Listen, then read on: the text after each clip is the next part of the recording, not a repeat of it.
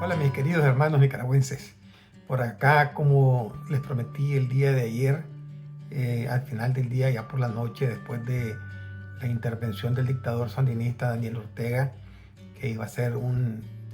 tratar de hacer un pequeño análisis sobre la comparecencia que anoche tuvo Daniel Ortega. Bueno, ¿qué les puedo comentar? Eh, en principio, hay que hay que ser pues, sincero, creo yo, ¿verdad? Hay que realmente poner sobre la mesa las condiciones tal cual están. Eh, Ortega, si bien es cierto, tiene años de venir sufriendo múltiples problemas de salud, enfermedades que son bien agresivas, como la lupus, que pues a secretos de voces altas se escucha y se sabe de que tiene ese padecimiento. Pues a pesar de eso, de su avanzada edad, a pesar de que Daniel Ortega se le ve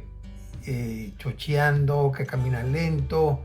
que tiene un rostro castigado por los años, a pesar de eso, no podemos tampoco engañarnos y pensar de que se está muriendo, de que está en agonía.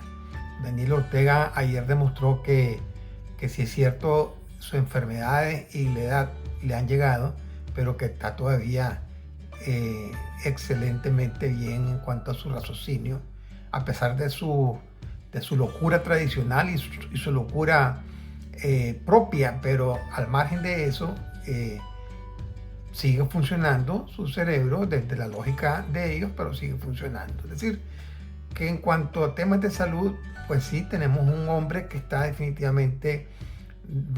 pues que ha venido desmejorando, pero que no, ni por cerca se ve de que tenga un problema de salud serio.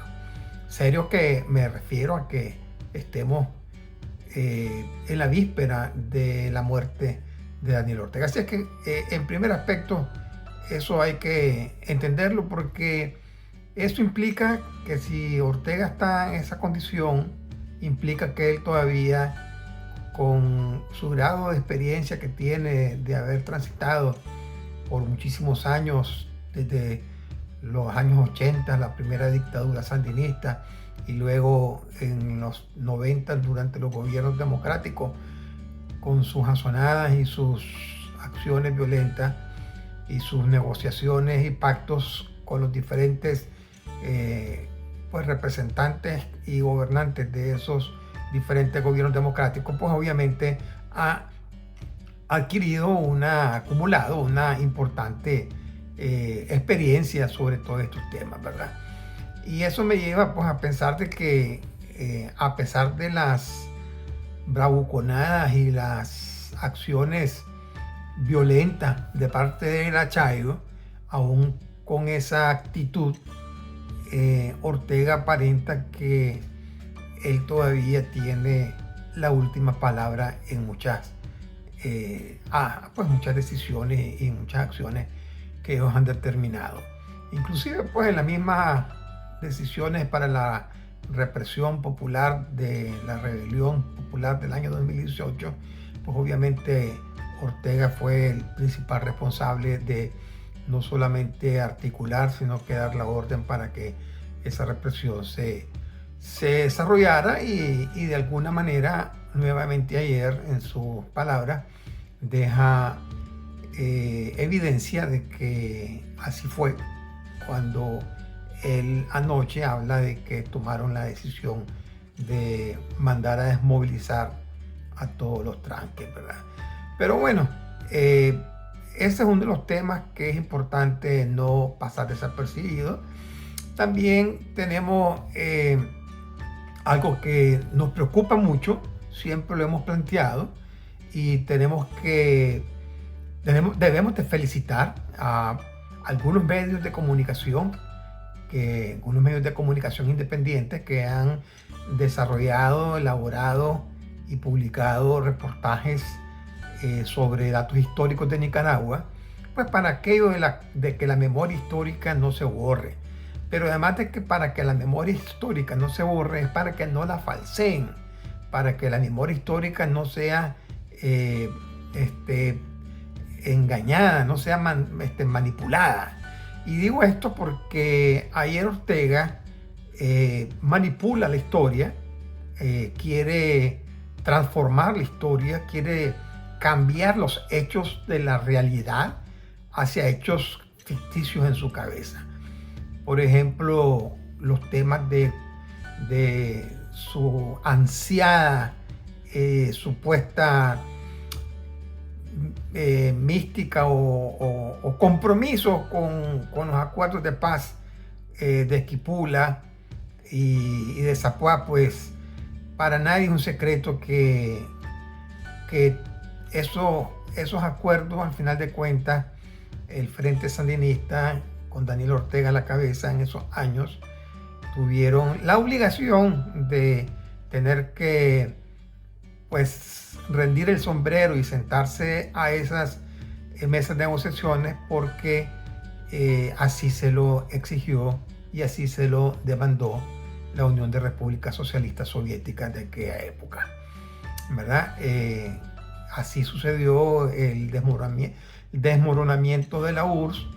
y la orden de las Repúblicas Socialistas Soviéticas hacia Ortega y el Frente Sandinista es que tenían que sentarse a negociar con la contra, tenían que hacer apertura y que Rusia o la Unión Soviética en aquel momento ya no iba a continuar apoyando ni militarmente, ni con hidrocarburos, ni económicamente a la dictadura sandinista de los 80. Así es que en principio no nos podemos dejar engañar en cuanto a que él ha sido un amante de los acuerdos de paz y los procesos de paz. Luego continúa alterando la verdad, continúa alterando la historia, continúa alterando los hechos reales cuando habla de que hicieron, por esa ansia de buscar la paz, hicieron diferentes acuerdos con los gobiernos de doña Violeta, con los gobiernos de Arnoldo Alemán y de don Enrique Bolaño. Para nadie es un secreto, y esto hay que mantenerlo vivo para que no estafen a los jóvenes, a los niños que no vivieron esos años, que el Frente Sandinista estuvo a microsegundos de darle un golpe de estado a doña Violeta Barrios de Chamorro, ¿verdad? Además de que el Frente Sandinista con Daniel Ortega a la cabeza articuló e impulsó una enorme cantidad de actos violentos en los cuales incendiaron una buena parte del transporte urbano colectivo de Managua, pero que también le pegaron fuego a las instalaciones de la alcaldía de Managua, ¿verdad? Y que obviamente la intención era crear una crisis para poderle dar un golpe de estado a doña Violeta. Y así lo quisieron hacer cuando el Estado Mayor del Ejército Sandinista, con Humberto Ortega a la cabeza, amenazó a doña Violeta de destituirla, ¿verdad? Para nadie es un secreto que Toño Lacayo se lo dijo claramente: aquí tienen las llaves, váyanse ustedes, vean, manejan este país si acaso creen que lo van a poder manejar. Así es que miente Daniel Ortega cuando dice que intentó y que hizo siempre acuerdos de paz para mantener la paz y que pues él es amante de todos los procesos pacíficos. Luego esa tónica se volvió a repetir en el gobierno de Arnoldo Alemán. Al inicio del gobierno de Alemán, el Frente Sandinista con Daniel Ortega a la cabeza nuevamente salió a las calles y volvió a hacer sus azonadas, a tal punto que llegaron a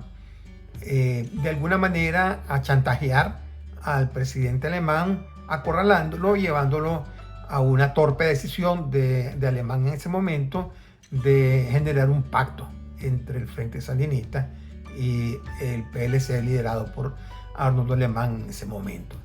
Si bien es cierto que eso le dio estabilidad en cuanto a la movilización social manipulada por el Frente Sandinista en el resto del gobierno de Alemán, pero destruyó la institucionalidad, fue el inicio de la destrucción de la institucionalidad democrática del país, y sobre todo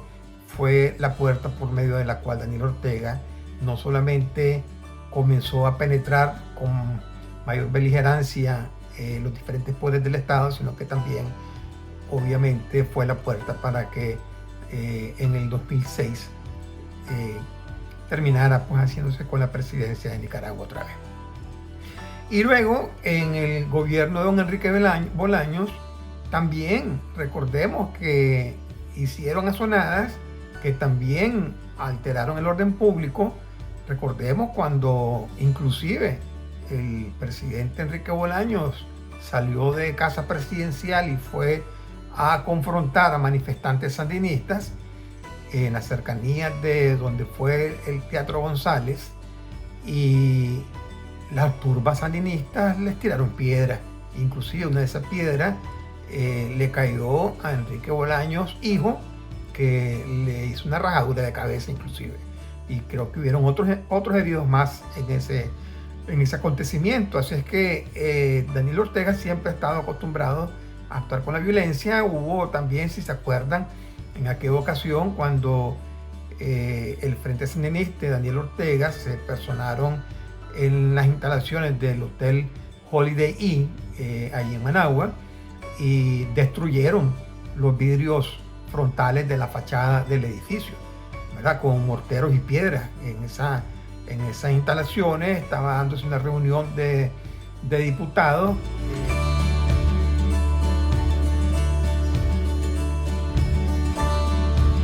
Y luego, en su misma línea de mentiras y su misma línea de enfermedad de ser un mentiroso,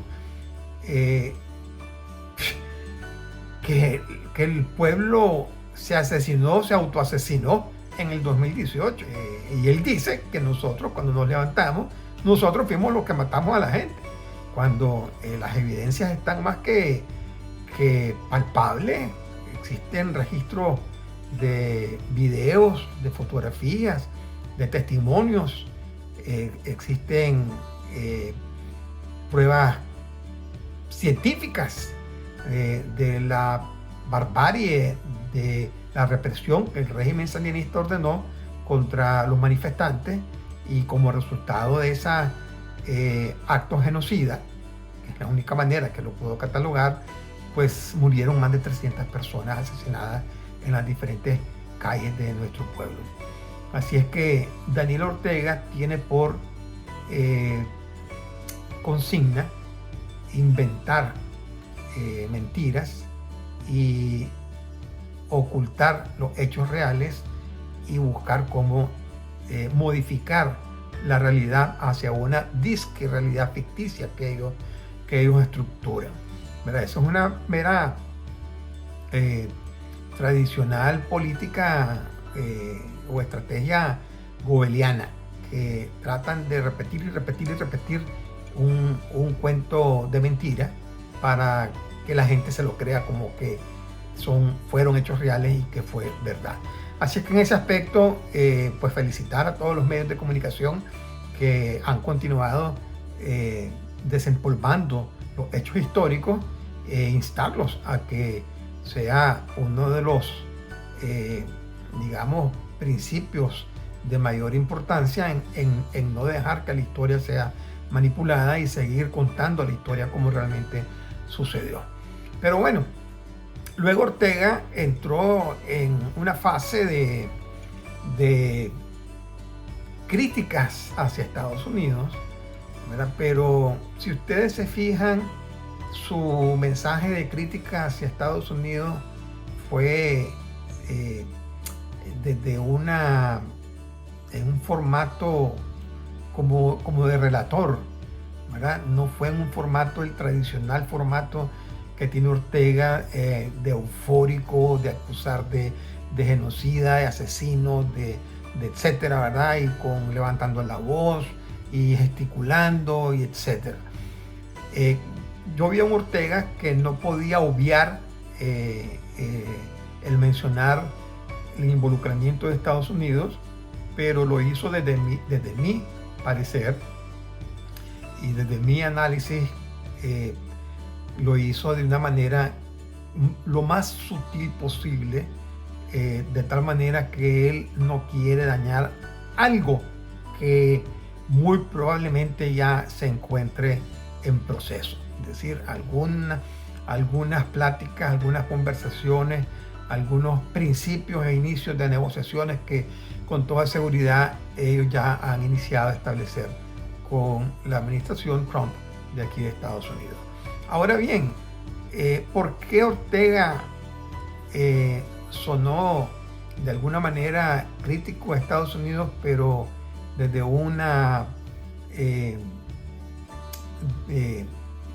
con un discurso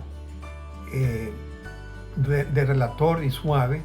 Pues porque Daniel Ortega, creo yo que están claros de que el poderío militar de Estados Unidos es incuestionable. Han quedado completamente perplejos con la valiente acción del ejército norteamericano en cuanto a la captura de Nicolás Maduro en Venezuela, y por supuesto que esto implica que ellos saben que no existe ninguna capacidad militar que ellos puedan tener en Nicaragua para poder repeler cualquier tipo de acción de este tipo. Pero también se dieron cuenta que todas estas grandes alianzas extrarregionales con esas naciones enemigas de Estados Unidos, como son la China comunista, la República Islámica de Irán, Corea del Norte y Rusia, son alianzas de papel, ¿verdad? Son alianzas que no tienen ningún tipo de incidencia a la hora de las cañas gordas, ¿verdad? Estamos hablando de que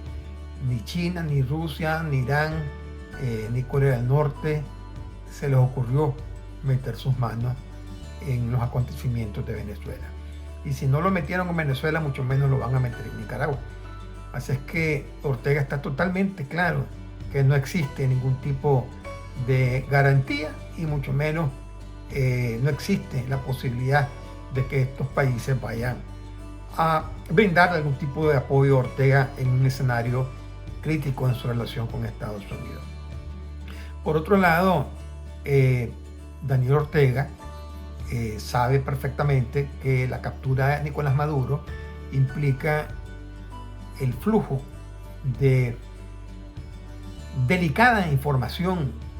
que Maduro tiene sobre las transacciones de Ortega, no solamente con el narcotráfico y la corrupción,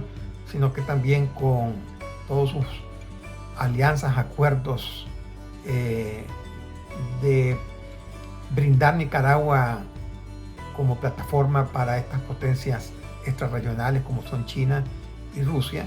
y todos sus acuerdos de terrorismo que tiene con países como Corea del Norte, pero fundamentalmente con la República Islámica de Irán. Así es que Daniel Ortega sabe que cualquier proceso de negociación que se haya iniciado con el gobierno de Estados Unidos seguramente estará en un proceso de stand-by, porque Estados Unidos va a esperar a lograr recuperar, acumular mayor cantidad de información como resultado de este proceso de la captura de Nicolás Maduro. Así es que también Ortega ve no solamente cómo sus aliados tradicionales prácticamente han desaparecido, ¿verdad? Todas sus ex líderes del socialismo del siglo XXI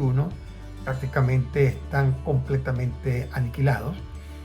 Estamos hablando que en un escenario en el cual Sudamérica viene avanzando hacia el retorno a gobiernos democráticos, y que los liderazgos de ese modelo fallido del socialismo del siglo XXI vienen siendo desplazados, pero además enjuiciados. Y él incluso, ¿verdad?, valora el tema de Honduras, ¿verdad?, como los izquierdosos, los zurdos de Libre, de Manuel Zelaya y su pacotilla, cómo intentaron robarse la elección en Honduras y cómo han tenido que recular, Mira cómo el Partido Comunista de Honduras, jefiado por este mafioso Mel Zelaya, ayer anunciaron cómo ya pues la monigota de Mel Zelaya, que tiene como presidenta de Honduras, que es su mujer, Xiomara Castro, y su monigote en el Congreso Nacional, pues anunciaron ayer que iban a proceder a hacer una entrega ordenada y formal de la cosa pública hacia el nuevo gobierno de Tito Asfuria. Así es que Ortega está observando cómo el panorama y cómo las estrellas se han desalineado a su favor, ya no están a su favor, y por consecuente él sutilmente, él no llama a un diálogo nacional, él no llama a un diálogo con Estados Unidos, pero a lo largo de su discurso menciona recurrentemente su disponibilidad a dialogar para alcanzar acuerdos, pero lo hace sutilmente para dejarte ir la idea de que él no está renuente al diálogo, que él estaría dispuesto, abierto a un diálogo político,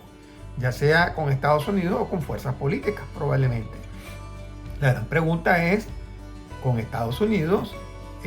pues Estados Unidos tendrá que esperar a obtener más información, como previamente lo comentaba en cuanto a los temas de Maduro, pero en cuanto a la clase política, ¿con quién o con quiénes? ¿A dónde? Pues porque para que Nicaragua se dé un diálogo, para comenzar, habría que desarticular completamente todo el andamiaje represivo que existe, ¿verdad? Y cuando me refiero a desarticularlo, me refiero a anular completamente toditas la legislación, todas esas leyes represivas que han servido únicamente para perseguir y encarcelar a la oposición. Además de eso, obviamente, habrían que darse las reformas correspondientes a los diferentes poderes del Estado para garantizar, y no solamente los poderes del Estado, sino que la Constitución misma, para garantizar esa independencia del poder de Estado y la conformación de poderes de Estado que actúen en base a sus responsabilidades y no a obediencia política partidaria. Así es que eso está como la cola de un venado en este momento, ¿verdad? No podemos caer en la trampa de ese mensaje subliminal que Ortega lanzó ayer en cuanto a su disposición y estar siempre abierto a las alternativas del diálogo. Tanto en el 2018 como en el 2020 las negociaciones fueron un fiasco y fueron únicamente trampas temporales para luego reprimir a la oposición y acabar con la oposición. Así es que yo creo que Daniel Ortega, con la experiencia que tiene, sabe que no tiene alternativas, que se le van cerrando, ha perdido la protección internacional, tiene una tendencia sociológica en el continente de ir abandonando estos gobiernos de izquierda, ¿verdad? Pero también obviamente el tema más álgido es la captura de Nicolás Maduro. Él sabe que de ahí van a salir demasiada información que lo va a afectar directamente, y antes de que lo afecte directamente, él está muy probablemente buscando ese acercamiento para tratar de apaciguar las aguas y buscar probablemente un entendimiento. Muy probablemente en ese proceso la codictadora Rosario Murillo sea la piedra en el camino. Muy probablemente la Chayo sea la persona que por sus ansias de poder, por querer aparentar a salir en la boleta como la candidata y poder ser la sucesora de Ortega, pero a la misma vez garantizar ella la sucesión hacia sus hijos, al menos hacia Laureano, que es el que al que aparenta que más están tratando de potencializar, pues con todos esos elementos ella se coloca como la piedra en el camino. Aquí hay un tema que Daniel Ortega y Rosario Murillo deben estar deberían de estar claros, ¿verdad? Ellos no manejan un país con un modelo político de mística revolucionaria. Esa mística revolucionaria quedó enterrada hace decenas o hace décadas. Eso ya no existe, menos con el sandinismo y menos el sandinismo en Nicaragua. En Nicaragua lo que existe es un modelo político sustentado en las armas, pero sustentado en las armas de aquellos militares y policías que protegen sus intereses personales y familiares. Es decir, que se encuentran gozando de su poder por las dádivas y por la repartición que el régimen les da. Pero así como estas personas, estos militares y estos policías, e inclusive el círculo político de los secretarios políticos que rodean a los Ortega Murillo, a los dictadores Ortega Murillo, inclusive estos círculos políticos de secretarios políticos no dudarían en proteger sus pellejos primero antes que los pellejos de la familia dictatorial Ortega Murillo. A la hora de una de verdad seria presión de Estados Unidos, no tengo la menor duda que estas personas son las que precisamente van a entregar a Daniel Ortega y Rosario Murillo ante Estados Unidos, así como sucedió con Maduro en Venezuela, que definitivamente, ¿verdad?, fue entregado por cuadros que del mismo círculo inmediato de Nicolás Maduro. Así es que es más o menos, de alguna forma, poco rápida. Me van a disculpar, son casi 30 minutos de conversación, pero quería pues compartir con ustedes sobre este tipo de situaciones y este pequeño análisis de la intervención de Daniel Ortega la noche de ayer en cadena nacional dentro de Nicaragua. No bajemos la guardia, tenemos que continuar siempre en la lucha. Vamos a continuar apoyando desde Liberales Nicaragua todo esfuerzo dentro de las autoridades políticas de Estados Unidos para que la presión sobre la dictadura continúe. Vamos a continuar apoyando y vamos a hacer todo lo que tengamos que hacer para que la reactivación de la ley Renacer o la NICAAC sea un hecho, para que esa ley, una vez que logre de ser aprobada, que sea firmada por el Poder Ejecutivo y que no solamente sea firmada por el Poder Ejecutivo, sino que también sea implementada. Es decir, que la administración Trump, una vez que se convierta en ley la reactivación de la NICAAC, que la ponga en vigencia. Eso es lo que nosotros